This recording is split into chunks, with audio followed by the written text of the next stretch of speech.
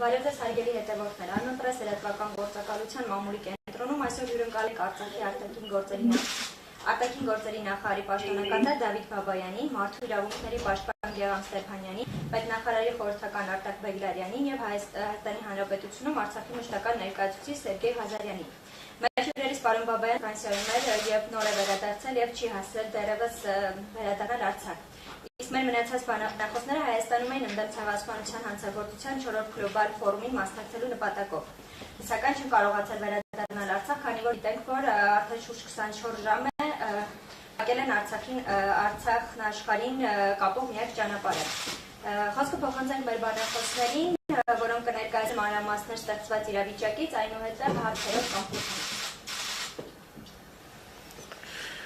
Բարև ձեզ, ողջունում եմ բոլորիդ։ Իսկապես շատ կարևոր ենք համարում նման միջոցառումը եւ այն, որ այսպիսի զուգադիպություն է եղել գլոբալ այդ ցեղասպանությունների կանխարգելող ֆորումը փաստորեն համընկավ եւս մի ցեղասպան գործիքի կամ քաղաքականության դրսևորման հետ։ Այսինքն ճանապարհի փակումը, միակ ճանապարհի, որը Արցախը կապում է եւ Մայր Հայաստանի եւ արտաքին աշխարհի, ինչպես նաեւ Արցախի Շուշի շրջանի, այնինչ մնացել է Շուշիի շրջանից մի քանի գյուղ մայրաքաղաք Ստեփանակերտի հետ, աստորեն ադրբեջանական կողմը հերթական անգամ փակել է եւ կատվածահար է փորձում անել Արցախը։ Մենք իսկապես չկարողացանք վերադառնալ, որովհետեւ Ֆրանսիա պաշտոնական այցից հետո ճանապարհին արդեն Գորիսում ստիպած կանգնեցինք, մեկ օր մնացինք, քանի որ ճանապարհը փակ էր, իմ գոլեգաներն էլ, ինչպես արդեն նշվել են,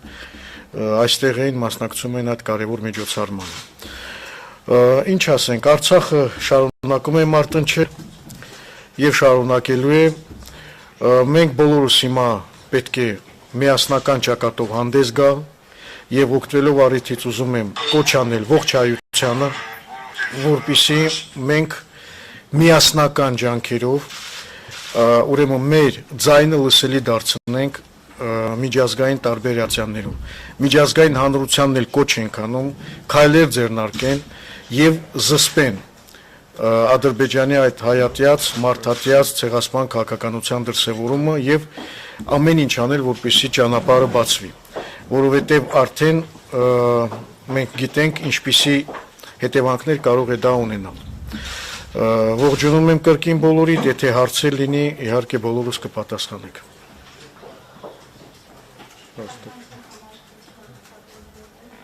Հա, այ կներեք։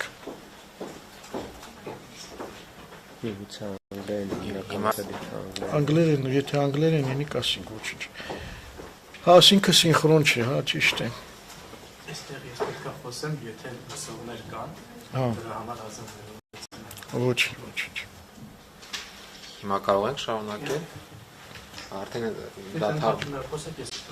շատ լավ։ Ուրեմն ուզում եմ եւս մեկ անգամ եւ միջազգային դերակատարների, միջազգային իրավապաշտպան եւ միջկառավարական կազմակերպությունների ուշադրությունը հրավիրել շատ կարևոր հանգամանքի վրա, որ հաստատի այս պահությամբ Արցախում 120,000 մարդ գտնվում է շրջափակման մեջ։ I want to draw the attention of the international community on the fact that about 120,000 people are now blocked in Artsakh.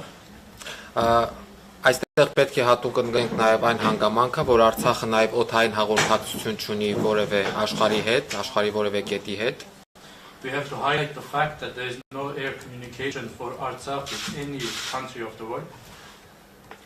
Միջազգային իրավունքը հստակ ամրագրում է մարդու իրավունքների մասին, միջազգային իրավունքը ամրագրում է, որ որևէ վարքյան չպետք է խաթարվի կենսապահովման համար անհրաժեշտ պայմանները, իսկ մենք տեսնում ենք, որ արդեն 24 ժամ շարունակ խաթարված է Արցախում ապրող մարդու ամենատարրական իրավունքը։ The international humanitarian law says that no second should be vital conditions for life be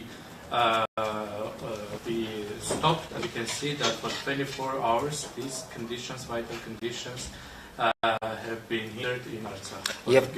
Եվ դա իրականացվում է Ադրբեջանի իշխանությունների կողմից եւ անձամբ Ադրբեջանի նախագահի ուղղորդմամբ ճանաչմամբ եւ նրա հրահանգներով, որովհետեւ այն թեզերը, որ շրջանառվում են իբր բնապահպանական հարցեր եւ այլը, դրանք ամբողջությամբ կեղծ են եւ կան տեղեկատվություն, որ այդ ճանապարհը փակողները հիմնականում ադրբեջանական իշխանությունների կողմից ուղղորդողներն են, այդ թվում նաև հատուկ ծառայությունների ներկայացուցիչներ։ And this is done by the Azerbaijani authorities, by the Azerbaijani president's instructions, and the environmental pretext is completely fake. And there is information that those people who are blocking the roads are also belonging to the special services of Azerbaijan. Պետք է անդրադառնանք, թե հումանիտար ինչ հետևանքներ կարող է ունենալ եւ արդեն ինչ հետևանքներ է ունենում ադրբեջանական այս հանցավոր գործողությունը։ We have to look at the humanitarian consequences of these criminal acts of Azerbaijan. Նախ եւ առաջ այս պահի դրությամբ արդեն 24 եւ ավելի դադարեցված է սննդամթերքի, էներգակիրների, դեղորայքի եւ այլ անհրաժեշտ պարագաների մատակարարումը ամբողջ Արցախի տարածքում։ At this moment for 24 hours already no food, no energy, no medical supplies are possible to reach the entire territory of Artsakh. Մարդու իրավունքների պաշտպանի հաստատությունը հազանգեր է ստանում, որ բժշկական հաստատություններում արկա դեղորայքային պաշարները մի քանի օրվա պաշար են եւ նման ձով շարունակվելու դեպքում ականգնելու ենք այս հարցում շատ լուրջ խնդրի առաջ։ The Human Rights Defenders Office is receiving calls that the medical supplies in the hospitals are only enough for some days, and if this situation continues, we will face a humanitarian crisis. Եվ նույնը վերաբերում է նաև սննդամթերքի մատակարարումներին եւ նաև էներգակիրների մատակարարումներին, կոնկրետ բենզինի եւ դիզվարելիքի մասին է խոսքը։ Same goes for the supplies of food and energy. We are speaking about diesel and fuel.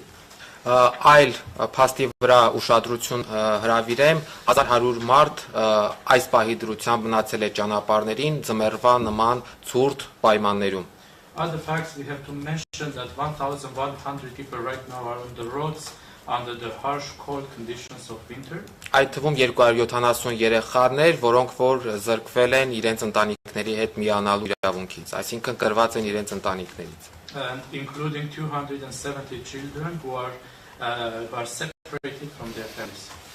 Ընդհանուր, եթե այս առաջնային մասը ամփոփելու լինենք, պետք է անպայման նշենք, որ սա Ադրբեջանի կողմից իրականացվող էթնիկ զտման քաղաքականության, ցեղասպանական քաղաքականության հերթական բաղադրիչն է։ And in general, we have to say that this is another component of the Azerbaijani ethnic cleansing or genocide politics.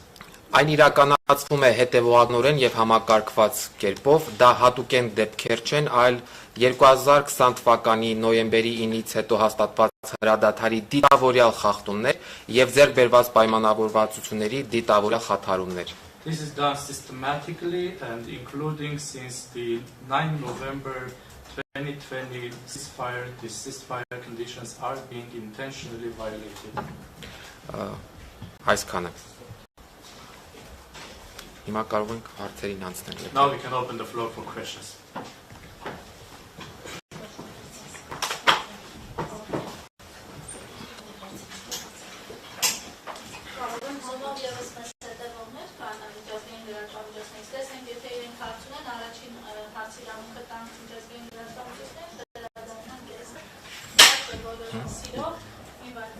If any of our international colleagues on Zoom would have any questions, we would first give the questions to the international media that is following us on Zoom, please.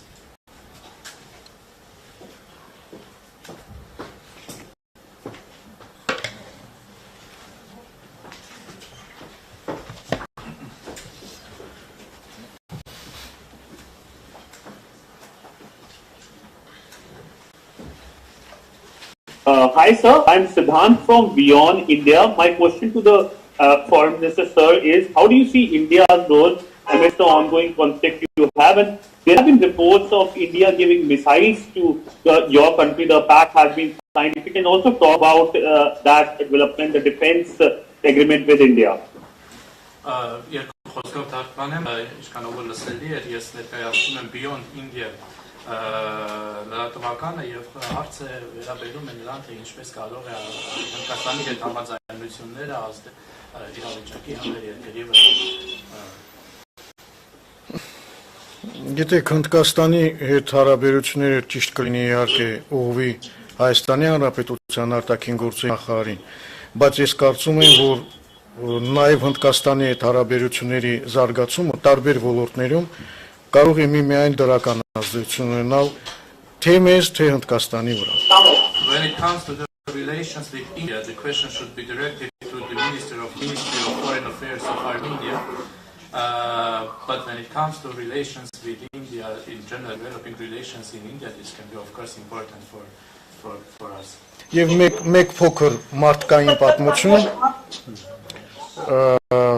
Արցախում կան ազգությամբ հնդիկներ, որոնք ամուսնացած են հայերի հետ եւ ունեն երեխաներ եւ հիմա այս պահի դրությամբ նույնպես գտնվում են շրջափակման փաստորեն Ադրբեջանի կողմից շրջափակման մեջ։ Եթե Հնդկաստանի կառավարությունը նույնպես կարծում են, որ պետք է արձագանքի, կապ չունի, որ հնդիկներ են ազգությամբ թե ոչ, առհասարակ ցանկացած մարդ, որը ուրեմն հայտնվում է նման ծանր վիճակում, պետք է ստանա միջազգային հանրության կողմից համապարփակ գնահատական եւ պաշտպանություն։ And there is one human story that I would like to bring up is that there are many Indians in Artsakh who are married to Armenians.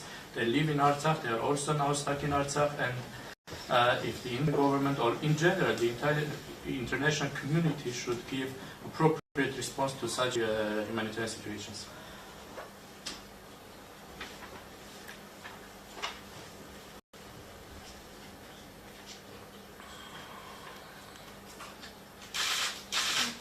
Okay, it seems like I'm the next one to be up. My name is Rasmus Kahnbäck. I'm a Swedish journalist. So I was, is it fine that I'm asking the question now? Yeah, okay. So I want to ask you about the EU observation mission in Armenia, which is there until the 19th of December. And yesterday, Joseph Borrell, he said that it will not be extended. What kind of impact does can EU make at the situation right now? How can you? What kind of communications do you have with the EU at the moment? Ես ցանկանայի հարցնել Եվրամիության դիտորդական առաքելության մասին Հայաստանում, որը կտևի մինչև դեկտեմբերի 19-ը եւ երեք ասացին, որ դա չի երկարաձգվի։ Ես ուզում եի հարցնել, թե ինչպեսին կարող է լինել Եվրամիության ազդեցությունը իրավիճակի համար եւ ինչպես եք տեսնում Եվրամիության դերը։ Մենք ակնկալում ենք, որ Եվրամիության համապատասխան գնահատական կտա Ադրբեջանի քայլերին։ We expect that EU will give respective and appropriate assessment to the actions of Azerbaijan. Որովհետև տեղի է ունենում իսկապես մարդասիրական աղետ, ցեղասպան քաղաքականության դրսևորում։ What is happening is in fact a humanitarian catastrophe. It's an expression of Azerbaijan's genocidal policy. Եվ մենք արդեն իսկ ուղարկել ենք մի շարք պաշտոնական նամակներ Եվրոպայի տարբեր կառույցներին։ And we have already sent a number of official letters to different structures of Europe. Հույս ունենք, որ կոնկրետ ինչ-որ քայլեր կձեռնարկվեն եւ կլինեն հասցեական գնահատականներ եւ պատժամիջոցներ Ադրբեջանի նկատմամբ։ We hope that concrete steps will be taken and there will be addressed actions and sanctions against Azerbaijan. Գիտեք, անտարբերությունը ամենավտանգավոր երևույթներից մեկն է։ Because indifference is one of the most dangerous phenomena. Եթե դուք ես էլ նույն հարցին պատասխանեմ, Եվրամիությունից ակնկալիքներից ես նաև որպես մարդու իրավունքների պաշտպան արձագանքեմ, որ Եվրոպական միությունը արժեքների եւ մարդու իրավունքների վրա հիմնված կառույց է եւ աշխարհում տարածում է մարդու իրավունքների պաշտպանություն, բայց ցավալիորեն տեսնում ենք, որ միջև այս պահը որևէ առարկայական շոշափելի արձագանքի չի արժանացրել Ադրբեջանի այս հանցավոր գործողությունը։ If I may, I would also like to reply to this question about EU's role as the human rights defender. I would like to say that although EU is based on values, on human rights values, until now, unfortunately, there is no tangible, specific response coming from EU on these criminal acts of Azerbaijan. Իհարկե աշխարհաքաղաքական շահերը կամ տնտեսական շահերը կարծես թե վերջին ժամանակատվածում միշտ էլ ստվերի տակ են թողնում մարդու իրավունքների օրակարգը եւ առհասարակ աշխարհում մարդու իրավունքների պաշտպանությունը. Of course, we see that geopolitical interests and economic interests are shadowing human rights values, human rights priorities. Բայց դա այդպես չպետք է լինի կոնկրետ Եվրոպական միության պարագայում, որովհետև մի կառույց կազմակերպություն, որ աշխարհի բոլոր կետերում տարածում է մարդու իրավունքների օրակարգ, առաջին հերթին ինքը իրենից պետք է սկսի եւ հստակ կանգնի այդ իրավունքների պաշտպանության դիրքերում. But this shouldn't be the case for EU because it's a structure that is promoting human rights all over the world, but it should start with itself and it should start with itself when it comes to the human rights agenda. Եվ ես կարծում եմ, որ Եվրոպական միությունը պետք է պատժամիջոցներ կիրառի Ադրբեջանի նկատմամբ, այս պահի դրությամբ Արցախում 120,000 մարդու իրավունքները ամենախիստ ու կոպիտ կերպով ոտնահարելու համար. And I believe that EU should impose sanctions on Azerbaijan for harshly violating the human rights of 120,000 people that are now in Artsakh right now.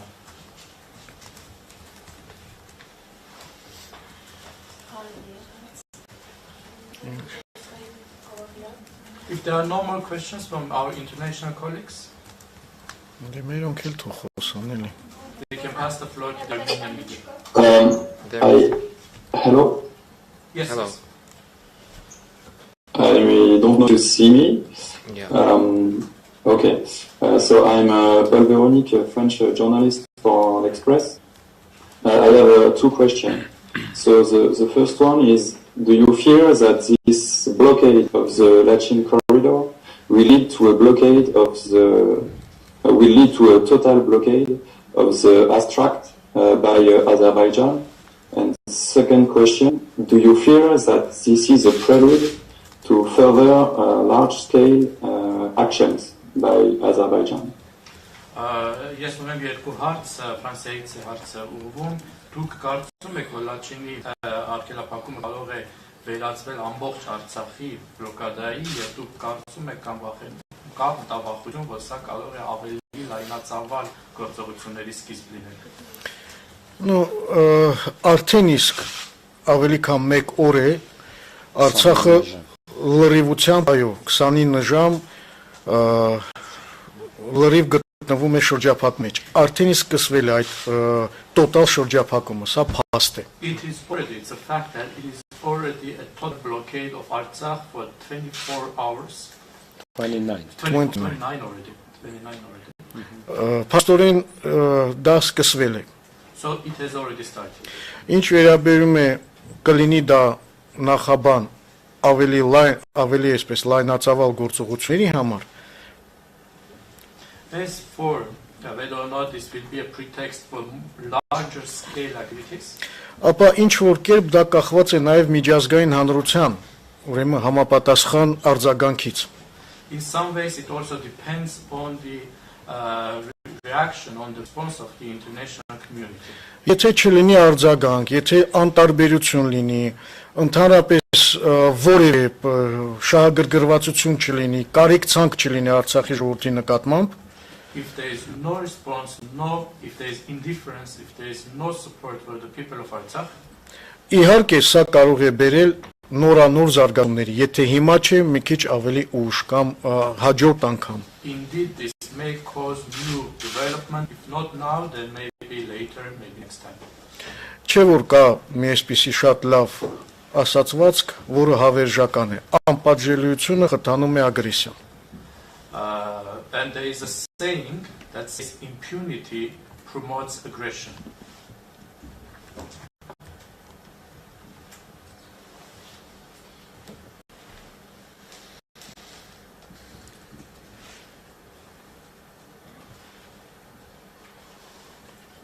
Խնդրեմ երեխեք, մերոնց there are no more questions, we'll move to the Armenian media.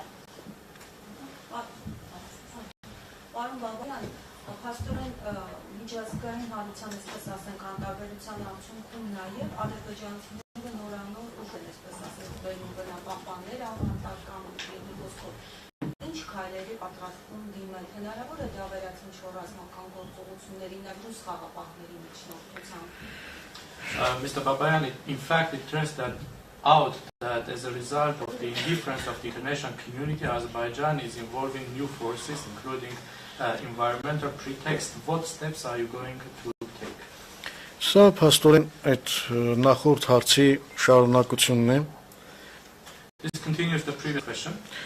Իհարկե, երբ որ տեսնում են անպատժելիություն, որոշ միջազգային հանրության որոշ անդամների կողմից ընդհակառակը խրախուսում, In fact, when they see indifference or even encouragement by some international actors, օրինակ նույն Թուրքիայի կողմից, չէ, for example, in Turkey, բնական է Ադրբեջանը ավելի այսպես համարձակ է դառնում եւ դիմում է այսպիսի սարսափելի քայլերի 21-րդ դարում փաստորեն սովամահի արչեւ կանգնեցնելով մի ողջ ժողովուրդ։ Indeed, Azerbaijan becomes bolder and takes such horrible steps. In fact, in the 21st century, it is threatening the entire population with starvation.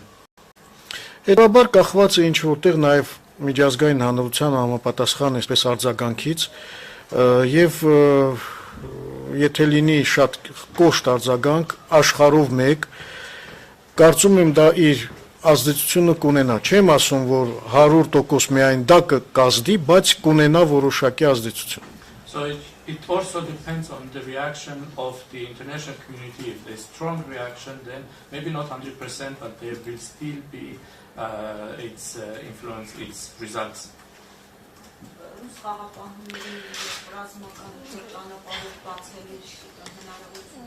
Հիմա տեսեք Do you see the opportunity of opening the road by the help of the Russian peacekeepers or by any military way? Դուք քաջատեղյակ եք որ մենք մի շարք կարևոր այսպես падգամներ ենք ուղարկել միջազգային հանրությանը կապված խաղապահ առաքելության հետ եւ նրանց գործունեությանը You are well aware that we have sent important messages to the international community about the activities of the peacekeeper mission. Եվ հանրապետության նախագահը եւ ազգային ժողովը եւ պետնախարարը եւ արտաքին գործերի նախարարությունը եւ բոլոր համապատասխան կառույցները հետեւյալ առաջարկներն են, ու եթե ամփոփենք ամեն մեկը And we can summarize the suggestions, the proposals made by the president, by the state minister, by the Ministry of Foreign Affairs, National Assembly. And the National Assembly. Ուրեմն մենք առաջարկել ենք, որ անհրաժեշտ է նախ եւ առաջ ավելացնել խաղապահների թվականակը We have suggested that first of all the number of peacekeepers should be increased. 1980 հոգի ամբողջ երկանքով շփման գծի տեղակայված կամ մոտակայքերում քիչ թիվ է 1980 is a very small number to be deployed along the line of contact. Այս ադրբեջանական այսպես կոչված թաթերական ներխուժման դեմ կանգնած էին ընդամենը 1, 2, 3 խաղապահ ուրեմն զինվոր And when this staged invasion of Azerbaijan took place, only 1, 2 or 3 peacekeeper soldiers were there standing. Երկրորդը մենք առաջարկել ենք որպեսզի ռուս խաղապահները ստանան միջազգային մանդատ Secondly, we have proposed that the Russian peacekeepers receive international mandate.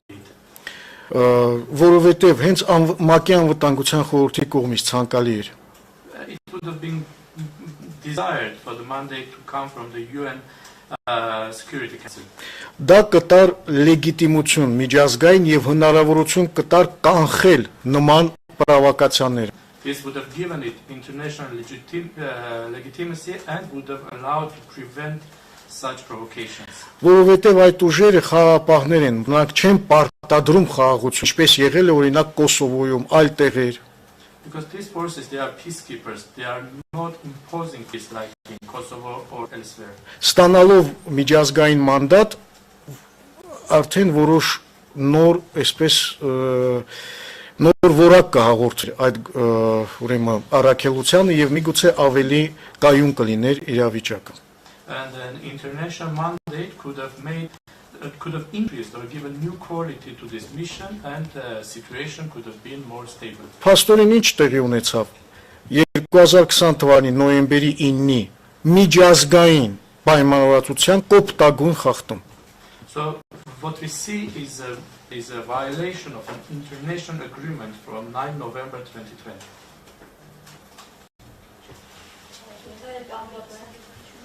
Հա, խնդրեմ գոլեգանը։ Այս բանում Արցախի իշխանության եւ Ադրբեջանի միջեւ բանակցություններ ընթանում են, միջանցքի ճանապարհը բացառությամբ դիտարկիչներն ներգրաված։ Հետո մյուս հարցը։ Right now, are there negotiations about opening the roads, and who are involved in the negotiations by the Artsakh authorities? Գիտեք, Արցախի ուրեմն իշխանությունները Արցախյան կողմ, այսպես ասենք, իհարկե շփումների մեջ է բնական է ռուս խաղապահների միջոցով, որպեսզի with the help of the Russian peacekeepers, the Artsakh authorities are in touch. Այլ տարբերակ չկա։ Եվ բնական է բոլոր համապատասխան կառույցները այնտեղ են եւ ներկայացուցիչները անուններ չտանք, որոնք զբաղվում են բոլորը երկրի ղեկավարից սկսած մինչև համապատասխան տարբեր կառույցների ներկայացուցիչներ զբաղվում են հարցի հանգուցալուծմամբ, ամեն մեկը իր ճակատում։ Միջնորդությամբ ուղղակի ընդհանրապես բանակցություններ հասկացությունը ճիշտ չի օգտագործել։ Արցախի եւ Ադրբեջանի միջև չկան բանակցություններ, կան շփումներ։ It's not correct to use the word negotiations. It's with mediation. We have contacts between the Artsakh and Azerbaijani authorities without giving names. Starting from the president, everyone is, all stakeholders are in touch. Որովհետև տեսեք, ասենք, այս սա չենք վերցնում, այս կոնկրետ դեպքը չենք վերցնում։ Ասենք ինչ որ միտեղ մի մարդ է մոլորվել եւ հայտնվել իրենց օկուպացված տարածքում։ Not only this case, let's say that somewhere a person is getting lost and somehow appears in their occupied territories. Ինչ պետք է մենք անենք, բնական է պետք է շփում հաստատենք ադրբեջանական կողմի խաղաղապահների միջոցով, այդ մարդուն դուրս բերենք, չէ՞։ We should naturally be in contact with the Azerbaijani side with the help of the peacekeepers and try to bring this person out. Կամ միտեղ կտրել են ինչ որ մի էլեկտրալար, կամ չգիտեմ, այլ ինչ որ դեպք է եղել։ Or if somewhere the electricity lines are damaged or some other case, event, incident happens, we are in contact.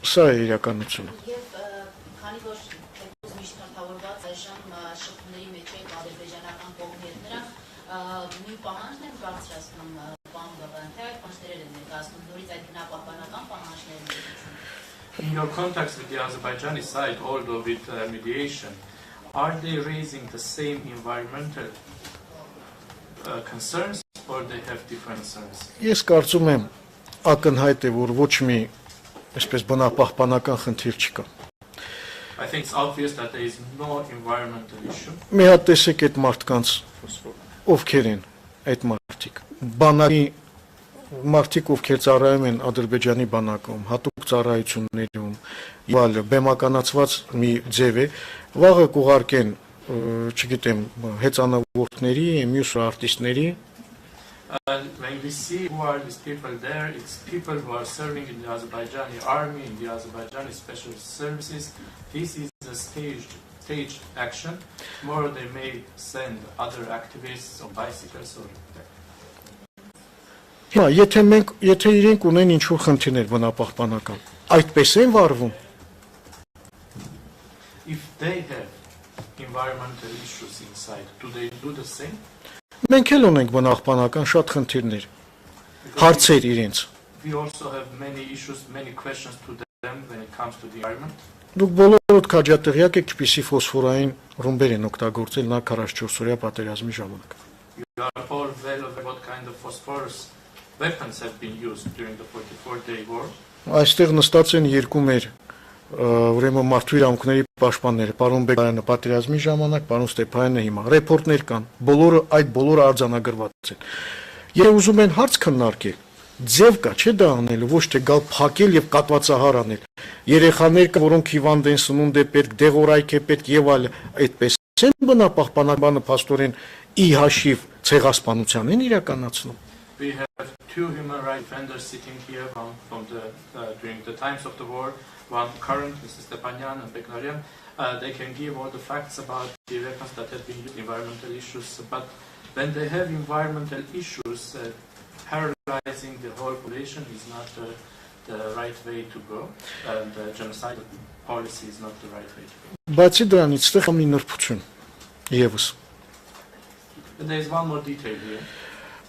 Այդ բնապահպանության պատրվակի տակ նրանք վաղը ասելու են, որ պետք է փակեն Կաշենի հանքը, բեզմետալ գործարանը, իսկ սա մեր տնտեսության ուրեմն կարևորագույն կամատիվներից մեկն է, որը իմիջիալոց բոլոր բնապահպանական նորմերը պահպանում է։ And on this environmental pretext, tomorrow they will be demanding to close the Kashen mine, which is very important for our economy, and which is in fact maintaining all the environmental norms.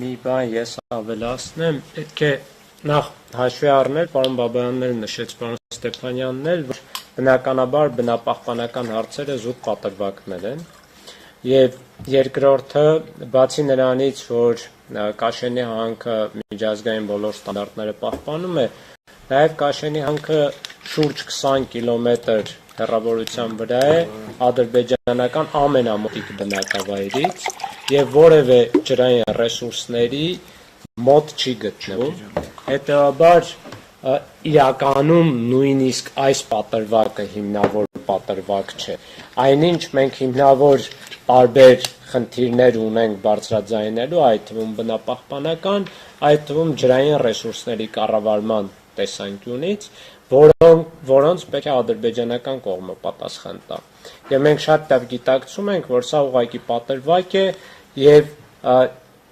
ցանկացած պահի այլ պատրվակներ էլ կարող են հայտնվել եւ կիրառվել ադրբեջանական իշխանությունների կողմից։ Եվս մի հանգամանք, որը մեզ համար շատ կարեւոր է, որ ներողություն։ One more thing I should also say that we all understand that naturally the environmental issue is just a pretext. The Kashen mine is actually following all the international standards. It is in fact 20 kilometers away from the closest Azerbaijani settlement. There are no water resources near it. In the meantime, we have other environmental also issues such as water resource management issues that should be raised.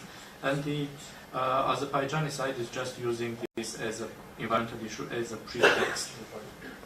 Շատ հաջորդ հանգամանքը, որ պետք է հաշվի առնել, որ Ադրբեջանը ոչ միայն միջազգային մարդասիրական իրավունքի եւ մարդու իրավունքների միջազգային իրավունքի կոպիտ խախտումներ է տալիս, այլ նաեւ նոյեմբերի 9-ի եռակողմ հայտարարության, որտեղ հստակորեն իր պարտավորություններն են նշված այս ճանապարհի անձեռամխելիության եւ անվտանգության երաշխավորման առումով։ And next, I have to say that Azerbaijan is not only violating the international humanitarian law and the international human rights law, but it is also violating the November 9th trilateral agreement, where it is clearly saying that this road should be the immunity of this road and the security and safety of this road. Այսքան։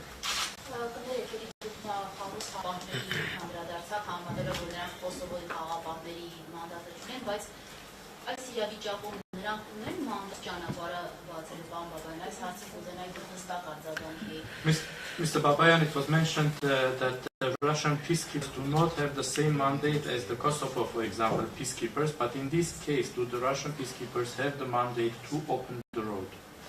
Գիտեք, Ռուզանա ջան, նախ եւ առաջ մենք պետք է մի բան հասկանանք, որ Արցախը իսկապես գոյաբանական վտանգների է արիերեսում եւ այստեղ արեմտամետ, ռուսամետ այդ բոլոր հարցերը պիտի դնենք մի կողմ։ Այս ամենակարևորը, որ ուզում եմ բոլորիդ ընդգծեմ, մենք պետք է իսկապես լինենք իմաստուն, հերիքը արդեն։ Եթե հնարավորություն կա բոլորի հետ լավ լինենք, պարտավոր ենք լավ լինենք։ Այդ մեկ, երկրորդը, իսկապես առանց ռուս խաղապահարակելության չկա Արցախի անվտանգություն։ Սա ի սկզբանե եմ ասում։ Հասկանում եմ ենթատեքստերը եւ այլ մեկ մի կողմ հիմա կանցնեմ նաեւ այդ հարցին։ Խնդրեմ։ I have to say first of all that we have to understand that Artsakh is facing an existential challenge, and therefore all the questions about pro-Russian or pro-Western should be put aside. We have to be wise, we have to be friends with all and everyone we can be, and I have to indeed say that without the Russian peacekeepers there is no security for Artsakh. Հիմա անցնենք կոնկրետ այդ խնդրին։ Now speaking specifically about this issue, Ես արդեն նշեցի, որ ռուս խաղապահները խաղապահներ են, դա նույն մանդատը չունի, ինչպես ունեցել է Կոսովոյում, Բոսնիայում եւ այլն։ Այսինքն պատժիչ միջոցներ, պատժիչ այդ բաղադրիչը չունի։ I already mentioned that Russian peacekeepers are peacekeepers. They do not have the same mandate as did the peacekeepers in Kosovo. They do not have the punitive component. Հիմա կանգնած է 2-3 խաղապահ, որոնց արկայությունը այնտեղ արդեն իսկ կայունության մի գրավական է։ There are 2 or 3 peacekeepers standing there, and their presence there is already some guarantee of stability. Եթե կողմերը հետևում են ուրեմն քաղաքակիրթ նորմերին։ If the sides follow civilized norms. Եթե կողմերից մեկը ահաբեկչությունը եւ ատելությունը իր պետական քաղաքականության հիմքում է, if one of the sides has terror and hatred in the basis of its state policy, նույն խաղապահները հայտնվում ծանր վիճակում։ the same peacekeepers appear in very difficult situations. Այդ ճանապարհը անցնում է Ադրբեջանի օկուպացված տարածքով լրիվությամբ։ This road is completely going through the occupied territories by the Azerbaijanis. Կան ռուս խաղապահներ մի քանի հոգի։ And there are some few Russian peacekeepers. Հիմա գալիս է մի ամբողջ կանանցով, երեխաներով, չգիտեմ, զարդարված եւ ներխուժում են այդ տարածքը։ Then a crowd comes, women, children, like diverse crowd comes and invades this territory. Հիմա դուք եք խաղապահների տեղը ինչ եք անելու։ What would you have done if you were in the place of the peacekeepers? Դրա համար ենք մենք ասում, մանդատը պետք է երկարաձգվի, քանակը շատանա եւ ստանան միջազգային հանրության կողմից համապատասխան լիազորություններ։ That is why we are saying that the mandate should be extended. They have to receive an international mandate. Yes.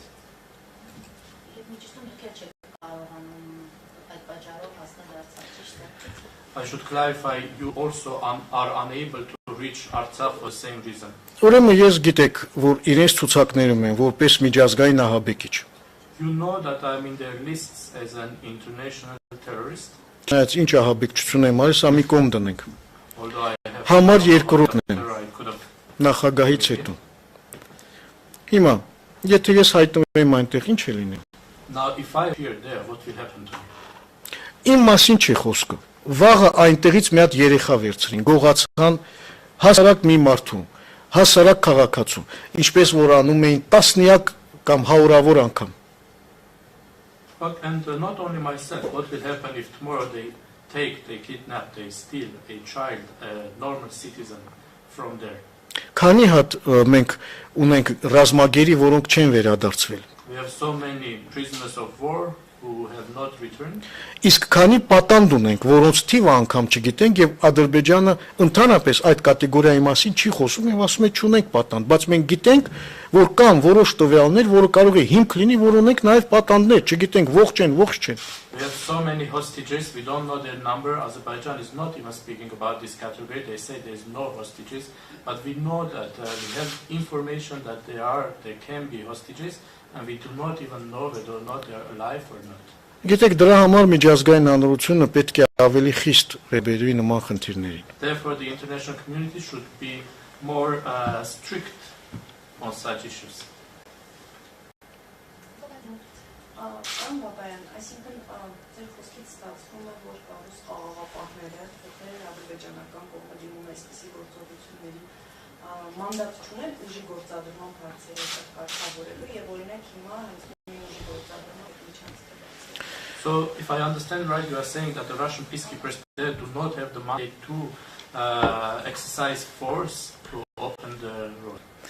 ուժի կիրառման լիազորություններ չունեն։ They do not have authorization for Որովհետև they do not have authorization for exercising force. Որովհետև դա կարող է, եթե համաձայնեցված չէ, նախորդ միջազգային մանդատ չկա, երկու բաներ չկան, պայմանավորվածություններ, Because if it's not pre-agreed, if there is no international mandate, it is not bilaterally agreed, դա կարող է բերել ավելի մեծ հարցերի։ Դրա համար կարգավորվում է ամենաբարձր մակարդակով, պետական երկրի ղեկավարների մակարդակով, այս թվում է թե փոքր հարց։ if there's something happens, it can cause greater issues. That is why it is being regulated at the highest level, at the level of heads of states, including these small issues. Չնայած որ փոքր կարող է լինել մեկ ուրիշի համար, մեզ համար սա կյանքի եւ մահվան հարց։ Although it can seem small for someone else, for us it's a matter of life and death.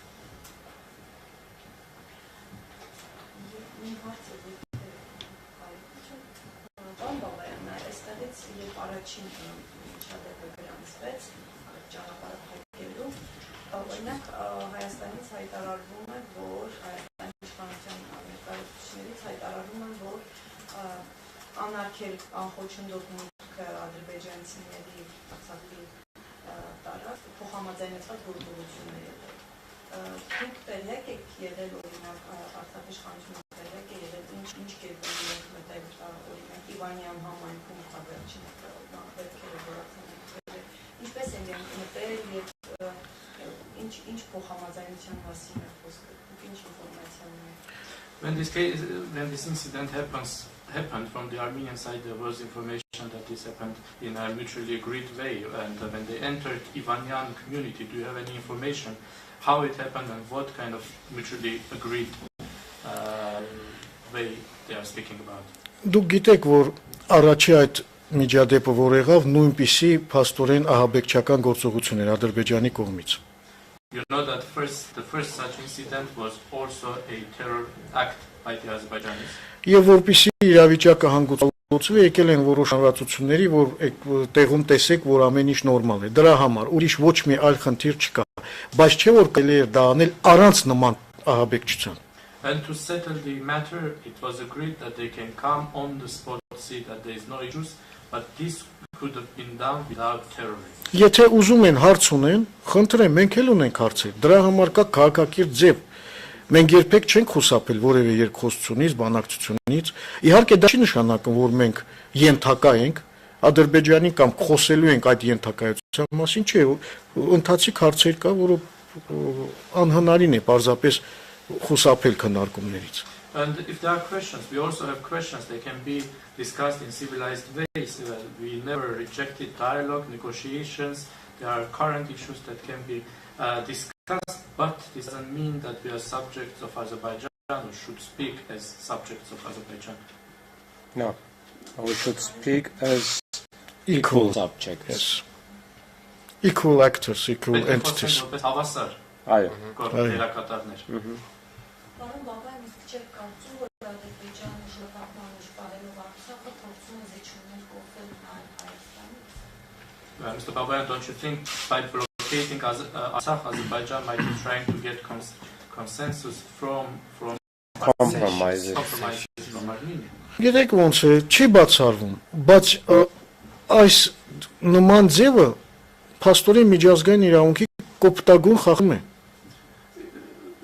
It can't be excluded, but such a way is a gross violation of international law. Նախ եւ առաջ հայ-ադրբեջանական հարաբերությունների կարգավորումը չնայած ինչ որ կապված է, փոխկապակցված է Ադրբեջան-Ղարաբաղյան հարաբերության կարգավորումից, բայց հայելային չէ, էլի դա սրանք երկու այլ հարթությունում են գտնվում։ First of all, Armenia-Azerbaijan relations or regulation of these relations is not mirror with the Artsakh issue. This is completely different platforms. Հետևաբար այսպիսի ճնշումներով կորզել ինչ որ այլ բաներ, դա ինքնին միջազգային իրավունքի խախտում է։ Therefore, to get something by such pressures is already violation of the international law. Եվ երկրորդը այսպիսի գործողությունները միջազգային մարդասիրական իրավունքի գարշելի խախտումներ են։ Secondly, such actions are horrible violations of the international humanitarian law.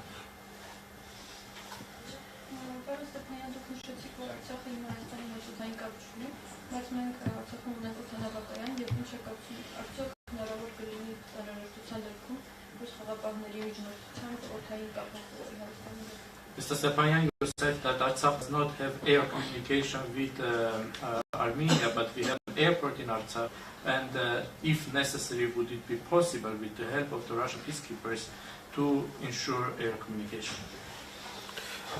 Ես հարցին այս տեսանկյունի կմոտենայի, ոչ թե հնարավոր կլինի, այլ պարտադիր պետք է լինի։ I will say not only it should be possible, but it should be mandatory.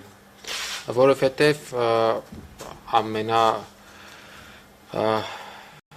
ամենավաղ սցենարում տեսնում ենք, որ այսինքն ամբողջական բլոկան Արցախի ժողովրդի նշանակելու է, որ արդեն իսկ նշել ենք, թե ինչ հետևանքների է հանգեցնելու։ Եվ եթե հնարավոր չէ ցամաքային կապը ապահովել, որը որ եւս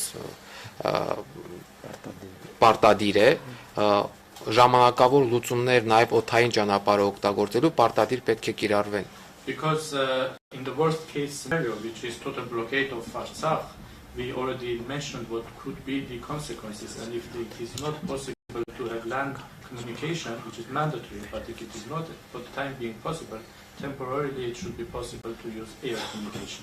Հատկապես հենց հումանիտար նշանակության հարցերի դեպքում առողջապահություն, բժշկական օգնություն եւ այլ, բայց especially for humanitarian matters, be it healthcare and medical aid.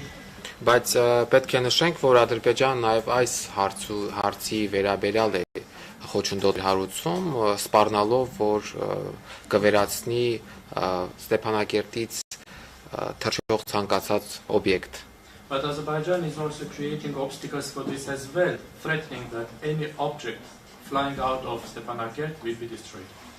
Այսինքն տեսնում ենք, որ բոլոր այն ճանապարհները, որոնք որ կարող են եւ պետք է Արցախը կապեն արտաքին աշխարհի հետ, ոչ միայն Հայաստանի Հանրապետության, այլ առհասարակ աշխարհի հետ, Ադրբեջանը ուղղակի խաթարում է, այսինքն ստեղծում է ամբողջական իզոլացիա։ So we see that all the roads that could ensure, provide any communication for Artsakh, not only with Armenia but also with the whole world, Azerbaijan is creating obstacles for them.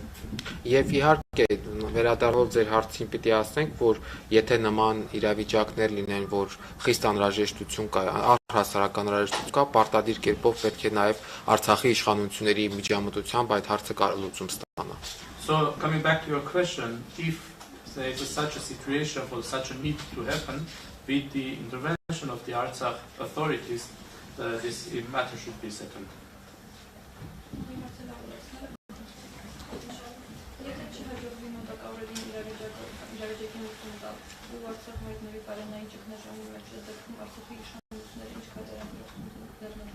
If not possible to settle the matter within the coming times, and Artsakh faces a food security issue, food crisis, what are going to be the steps? Կտեսնենք իհարկե սա կլինի ֆորս մաժորային իրավիճակ, հուսով ենք, որ միջազգային հանրությունը եւ տարբեր այսպես դերակատարներ այնուամենայնիվ կանեն ամեն ինչ, որպեսզի իրավիճակը չհասնի այդ կրիտիկական պահին։ We'll see. Indeed, this will be a force majeure situation. We hope that the international community and other actors will do everything for the situation not to reach such a critical level. Մենք որոշակի սցենարներ ունենք մշակած, որ դեպքում ինչ կարող ենք անել, իհարկե որքան իրավիճակը հայրահեղ ճգնաժամային լինի, այնքան այդ իրավիճակին համապատասխան գործողություններ ենք նախատեսում եւ մեր կողմից եւ բնականաբար խաղաղապահների հետ համագործակցությամբ հաղորդակցության արդյունքում եւ նաեւ հաշվի առնելով միջազգային հանրության պարտավորությունները աջակցելու եւ հնարավոր ներուժը եւ իհարկե նաեւ Հայաստանի Հանրապետության կողմից էլ լրացուցիչ աջակցություն։ Այս տեսանկյունից իրավիճակից բխող են լինելու մեր գործողությունները։ We already have some scenarios developed, and depending on how critical the situation will be, respectively and accordingly, the response will be also with our involvement, with the involvement of the Russian peacekeepers, with the involvement and with the international community's obligations and potential, as well as by the support of the Republic of Armenia.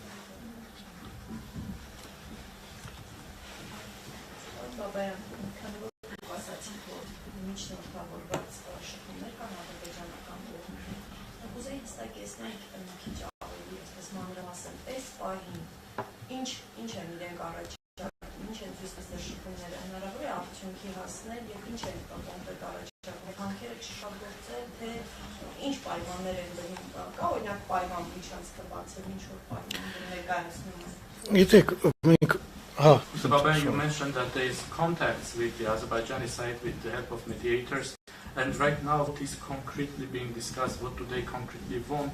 Are there any conditions? Is there a condition for opening a corridor? What do they want? Մենք այստեղ պետք է շատ հստակ պատկերացնենք դերակատարներին։ Here we should be very clear about the actors.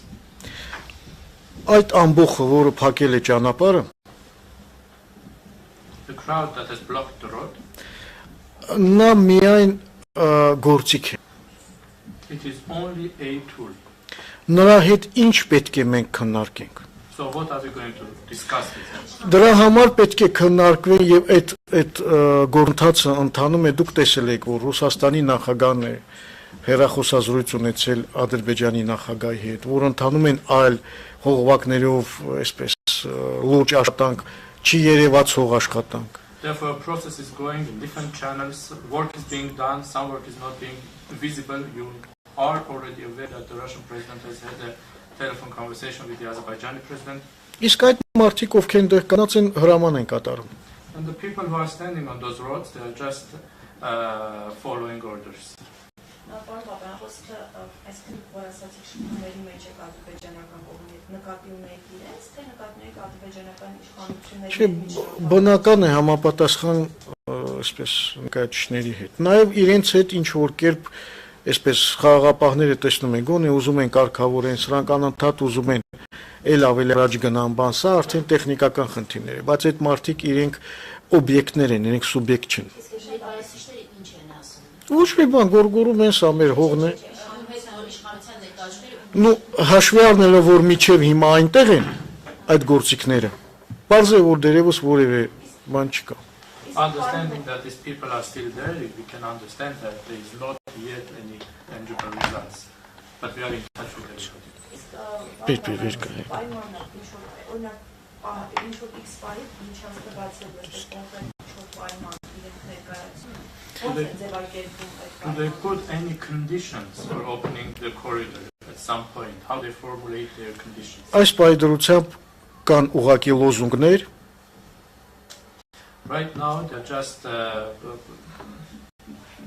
slogans, ասում են ինչ են ասում, Ղարաբաղը մերն է, պետք է բնությունը պահպանենք, հայերը օկուպանտներ են, այսպիսի բաներ։ What they say is Karabakh is ours, Armenians are occupants, we have to stay in the environment. Ոչ, ուղղակի սա որովհետև իրենք եկել են, որպիսի կատվածահար անեն, իրենք ուղղակի գործիք են։ They are just tours, they have just come there to paralyze the region situation. Կարելի է ավելացնել նաև, որ ամեն կերպ փորձում են նաև ռուսական խաղապաններին էլ սադրեն։ Այո։ Եվ նախապայմաններից մեկը հենց կայանում է նրանում, որ ռուսական խաղապանների հրամանատարությունը ներկայան այնտեղ, ու հետևաբար ինչ որ սադրանքներ են նախապատրաստում։ I have to also add that they are doing everything to also provoke the Russian peacekeepers, and one of the conditions of theirs is that the commander of the Russian peacekeepers also goes there, so naturally they are trying to provoke. Ադրբեջանը յուրահատկությունը հետևյալն է, այնտեղ չի կարող լինել նման գործողություն առանց ամենավերևի օղակի ուրեմն համապատասխան որոշման։ Azerbaijan is specific because there cannot be such actions without the decision of the highest level. Ալբազելյան դուք ասացիք, որ ռուս խաղաղապահների հրամանատարությանը այսպես ժամանում, որ ներկայանան այնտեղ, այսինքն ռուս խաղաղապահների հրամանատարը կնայել կետ, հա, Ինչ որ մենք տեսնում ենք այս սովորակներով, տեսել եք, որ երեգել են փորձում սադրել խաղապաններին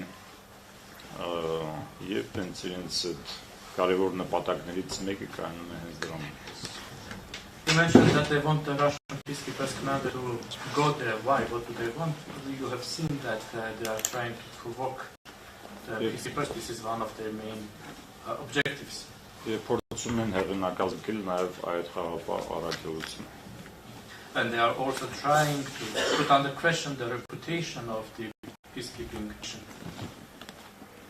Եվ օգտագործում են տարբեր fake նորություններ, ինչ որ կանայք են դնում 2020 թվականի նկարներ, ինչ որտեղ հենց այսպես բռնություն են ենթարկել եվրոպական որևէ երկրում, ասեն ռուսներն են արել, էս են այլ, այսինքն ամեն ինչ գնում է նաև այդ սցենարով։ They are using different fake news also. They are showing some photos from 2020, some women saying that some violence has happened towards them, or they've done it.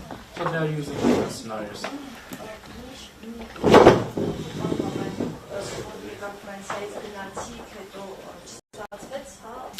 Ուրեմն մենք եկանք Կիրակի երեկոյան։ We came from France on Sunday evening. Մեկ օր մնացինք այստեղ, առավոտյան ճանապարհվեցինք Ստեփանակերտ։ We stayed here one day. In the morning we traveled to Եվ արդեն ճանապարհին իմացանք, որ փակված է ճանապարհը։ and on the road we found out that the roads are blocked. Բնական է կապի մեջ էինք համապատասխան կառույցների հետ, եկանք եւ Գորիսում ստիպված մնացինք։ We were in touch with respective structures, and when we arrived in Goris, we had to stay in Goris. Այն հույսով, որ կարող է բացվել եւ մենք նույնիսկ կես գիշերին անցնենք, բայց չբացվեց դրա համար։ With the hope that the road would be opened, and even at midnight we would be able to cross, but it was not opened.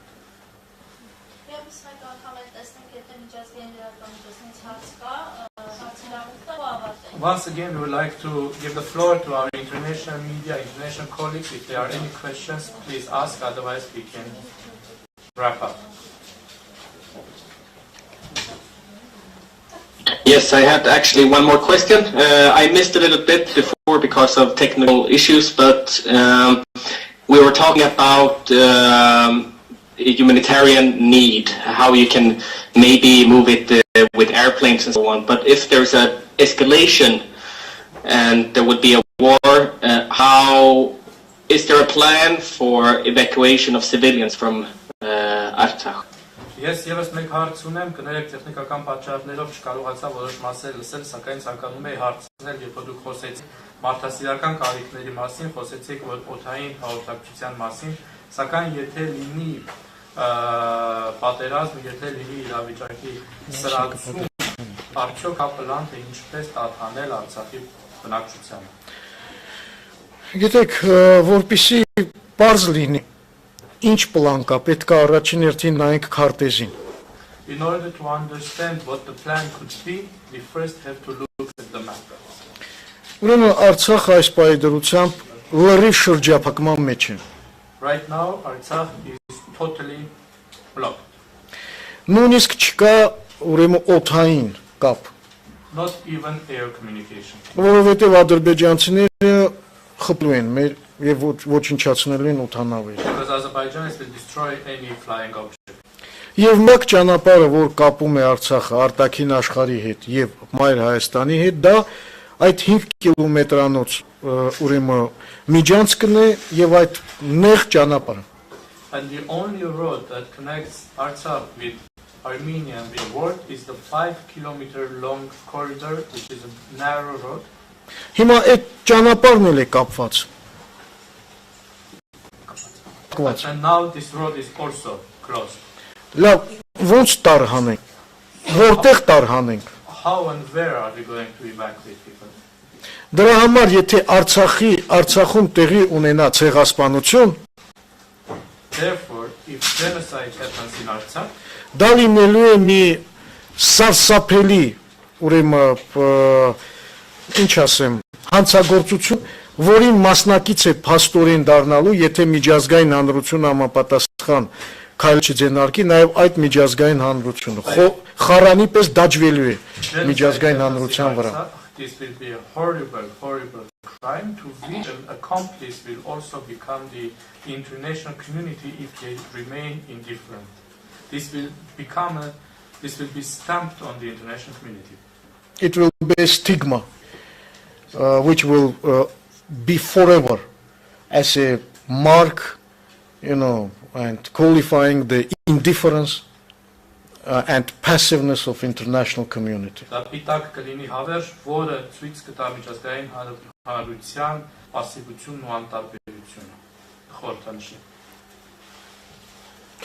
Ես էլ որոշակի անդրադարձ անեմ քաղաքացիական պաշտպանությանը, կա որոշակի պլաններ, իհարկե կառավարության կողմից հաստատվում են քաղաքացիական պաշտպանության պլաններ, բայց ինչպես պարոն Բաբայանը նշեց, պատերազմ լինելու դեպքում Արցախի ժողովուրդը ուղիղ հայտնվում է երկու այլ ընտրանքի առաջ, կամ ցեղասպանություն, կամ էթնիկ զտում, պետք է թողել ու հեռանալ։ I will also speak, I will mention that when it comes to civil protection, there are some plans that are approved by the government, but as Mr. Babayan mentioned, in case of war, the Artsakh population will face only two alternatives. One is ethnic cleansing, the other one is genocide, or they will just have to leave. Երկու այլ ընտրանքներն էլ միջազգային իրավունքով արգելված են, համարվում են հանցագործություններ, բայց ահա այս պահի դրությամբ Արցախում ապրող մարդուն երկու այլ ընտրանքն են սպասվում։ Both alternatives are prohibited by international law. It's considered crimes, but this is what is facing all the population of Artsakh right now. Եվ սա է պատճառը, շատերը կարող են հարց տալ, բայց այդ պագայում ինչու են մարդիկ ապրում Արցախում, ինչ են մտածում իրենց ապագայի մասին, ապրում են, որովհետև ապրում են իրենց հայրենիքում։ And many might ask questions in this case, why do people continue to live in Artsakh? Why don't they think about their future? And the answer is that they live there because they are living in their homeland. Որովհետև նրանք ունեն այդ իրավունքը, նրանք իրենց այդ հայրենիքում ապրելու իրավունքը ձեռք են բերել դարերով այդ հողի նկատմամբ իրենց կապվածությամբ։ They have this right, they have earned this right to live in their homeland, being for centuries tied to their lands. Եվ հենց այստեղ է առաջանում միջազգային հանրության պատասխանատվությունը պաշտպանելու Արցախի ժողովրդին ցեղասպանությունից եւ էկզոտումներից։ And here comes the responsibility of the international community to protect the people of Artsakh from genocide and ethnic cleansing. Եվ ես ձեզ այս հարցի համար շատ շնորհակալ եմ, ես կուզենայի, որ դուք այս հարցը տաք նաեւ եվրոպական պաշտոնյաներին եւ այլ միջազգային դերակատարներին։ And I would like to thank you for this question very much, and I would have liked you to ask for this question to the European and other international officials. Թե ինչ կարող է լինել, ինչպես է լինելու Արցախի ժողովրդի ակատագիրը, եթե Ադրբեջանը հերթական անգամ դիմի ագրեսիայի։ Ask the question what can be or how will be the future of the people of Artsakh if Azerbaijan goes for another aggression. Գուցե այդ ժամանակ տրամաբանությունը կգերակայի եւ միջազգային հանրությունը վերջապես պատշաճ արձագանքի կարժանացնի։ Maybe in this case logic will win and finally the international community will respond appropriately. Շնորհակալություն. Thank you very much. Շնորհակալություն. Thank you very much.